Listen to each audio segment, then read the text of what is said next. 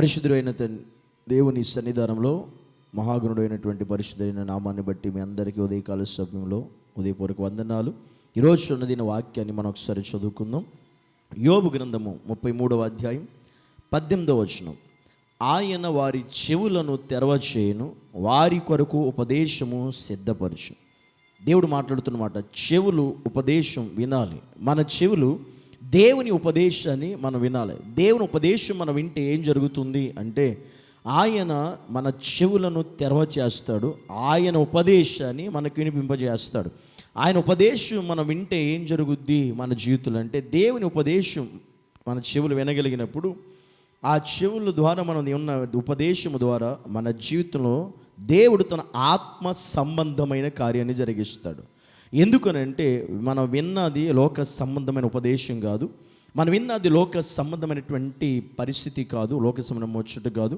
మనం విన్నది ఏంటంటే ఆత్మ సంబంధమైన ఉపదేశం దేవుడు మనకి బోధిస్తాడు. కనుక అది విన్నప్పుడు మన ఆత్మ జీవితంలో ఏం జరిగిందంటే, మనం గర్వం మనకు రాకుండా, మన జీవితంలో చెడు పని మనం చేయకుండా, గోతిలోకి మనం వెళ్ళిపోకుండా ఉండాలంటే మన చెవులు దేవుని ఉపదేశమును వినేవై ఉండాలి. లోకంలో ఉన్న విషయాలని కాదు, లోకంలో ఉన్నటువంటి మాటలను కాదు, లోకంలో ఉన్న సంగతులను కాదు. మన చెవులు ఎక్కువగా దేన్ని వినడానికి ఇష్టపడాలి, దేన్ని వినాలి? దేవుని ఉపదేశాన్ని మనం వినాలి, దేవుని వాక్యాన్ని మనం వినాలి. అప్పుడే మనం గర్విష్ఠులం కాము, అప్పుడే మన జీవితంలో పడిపోము, అప్పుడే మనం చెడ్డ పని చేయకుండా ఉండగలుగుతాం, అప్పుడే మనం గోతిలోనికి దిగిపోకుండా ఉండగలుగుతాం. ఎందుకు అని అంటే, దేవుని ఉపదేశం మనల్ని నడిపిస్తుంది, మనకి బోధిస్తుంది, మనల్ని తీసుకువెళ్తుంది. కనుక ఆ ఉపదేశం మనం వినేవారిమై ఉండాలి. అందుకనే దేవుని మాట ఎలా వినాలంటే శ్రద్ధగా వినాలి అని వాక్యం మనకు బోధిస్తూ ఉంది. అందుకని వినుటకు ఎగిరిపడాలి, మాట్లాడడానికి నిదానించాలి అని వాక్యం బోధిస్తూ ఉంది. మనం వినడానికి ఇష్టపడాలి దేవుని ఉపదేశాన్ని, దేవుని వాక్యాన్ని, దేవుని మాటను. ఎప్పుడైతే మనం వినడానికి ఇష్టపడతామో దేవుడు ఖచ్చితంగా మనకి ఉపదేశిస్తాడు, తన చిత్తాన్ని మనకి తెలియచేస్తాడు, తన ఉద్దేశాలు మనకి తెలియచేస్తాడు.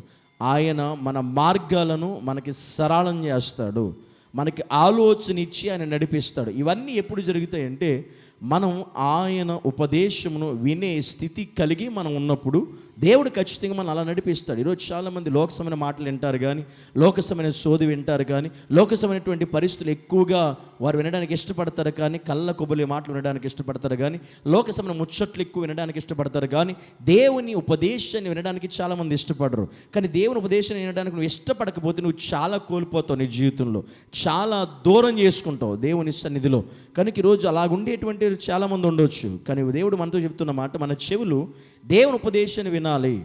నువ్వేమి వింటున్నావు, ఏమి వినడానికి నీ చెవులు ఇష్టపడుతున్నాయి, ఏమి గ్రహించడానికి నువ్వు ఆతృత పడుతున్నావు అనే విషయాన్ని నువ్వు గమనించాలి. కానీ వాక్యం అయితే మనతో మాట్లాడుతున్నమాట, మనం దేవుని ఉపదేశం వింటుంటున్నామా లేదా? అందుకే దేవుడు, నా కుమారుడా నా ఉపదేశం అంగీకరించి అంటాడు దేవుడు. ఎందుకంటే నా కట్టడలను గైకొను అంటాడు దేవుడు. ఇప్పుడైతే మనం ఆయన ఉపదేశాన్ని కట్టలను గైకుంటామో మన మార్గాలన్నీ సరళం చేయబడతాయి, మన పట్ల ఆయనకున్న ఉద్దేశాలన్నీ నెరవేర్చబడతాయి. అందుకే మనం కొన్నిసార్లు మనం అనుకున్నవి జరగవు, మనకున్నటువంటి కార్యాలు, మనం అనుకున్న ఆలోచనలు అన్నీ తారుమారైపోతాయి, తల్లక్రిందులు అయిపోతాయి. ఎందుకని? మనం ఆయన ఉపదేశాన్ని వినకుండా మనకు తోచినట్టు మనం వెళ్ళిపోతున్నాం. కనుక మన పరిస్థితులన్నీ కొన్నిసార్లు తారుమారైపోతాయి, తల్లక్రిందులు అయిపోతాయి. మనం అనుకున్నది ఏది జరగదు. కానీ నిజంగా నువ్వు అనుకున్నది జరగాలనుకుంటే, నెరవేర్చబడాలనుకుంటే, నీ చెవులు దేవుని ఉపదేశమును వినే చెవులై ఉండాలి. దురద చెవులుగా మన చెవులు ఉండకూడదు, కల్పన కథల వైపు తిరిగే చెవులుగా మన చెవులు ఉండకూడదు, ఈ లోక సంబంధమైన మాటలకు అవకాశం ఇచ్చేవిగా మన చెవులు ఉండకూడదు. నీ చెవులు దేవుని ఉపదేశం మాత్రమే వినేటట్టుగా నిన్ను నీవు అలా విధంగా సిద్ధపరుచుకుంటే దేవుడు ఖచ్చితంగా నీ ఆత్మీయ జీవితంలో గొప్ప కార్యాన్ని దేవుడు చేస్తాడు.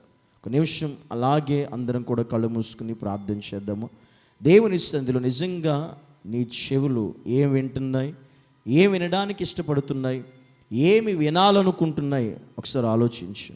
బైబిల్ చెప్తుంది, దేవుని వాక్యం సెలవిస్తుంది, ఉపదేశం మాత్రం నీ చెవులు వింటే నువ్వు ఆశీర్వాదకరంగా ఉంటావు, దీవెనకరంగా ఉంటావు. తండ్రి, నీ సన్నిధిలో ప్రభు ఎవరైతే నీ ఉపదేశాన్ని వినడానికి వారి చెవులను అప్పగిస్తున్నారు, కానీ లూదియా నీ మాటలు విన్నప్పుడు ఆమె హృదయము తెరవబడింది, ఇష్టపడింది ఆమె నీ మాటలు వినడానికి. ఈరోజు మేము కూడా నీ ఉపదేశం వినడానికి ఇష్టపడితే మా హృదయాలు తెరవబడతాయి, మా పరిస్థితులు తెరవబడతాయి, మార్గాలు తెరవబడతాయి, మా జీవితంలో మూయబడిన ప్రతి పరిస్థితులు కూడా తెరవబడడానికి అవకాశం ఉంటుంది. అట్టి కృపను మా అందరికీ మీరే దయచేసి సహాయం చేయమని యేసు నామములో ప్రార్థించి అడిగి వేడుకుంటున్నాము తండ్రి. ఆమేన్.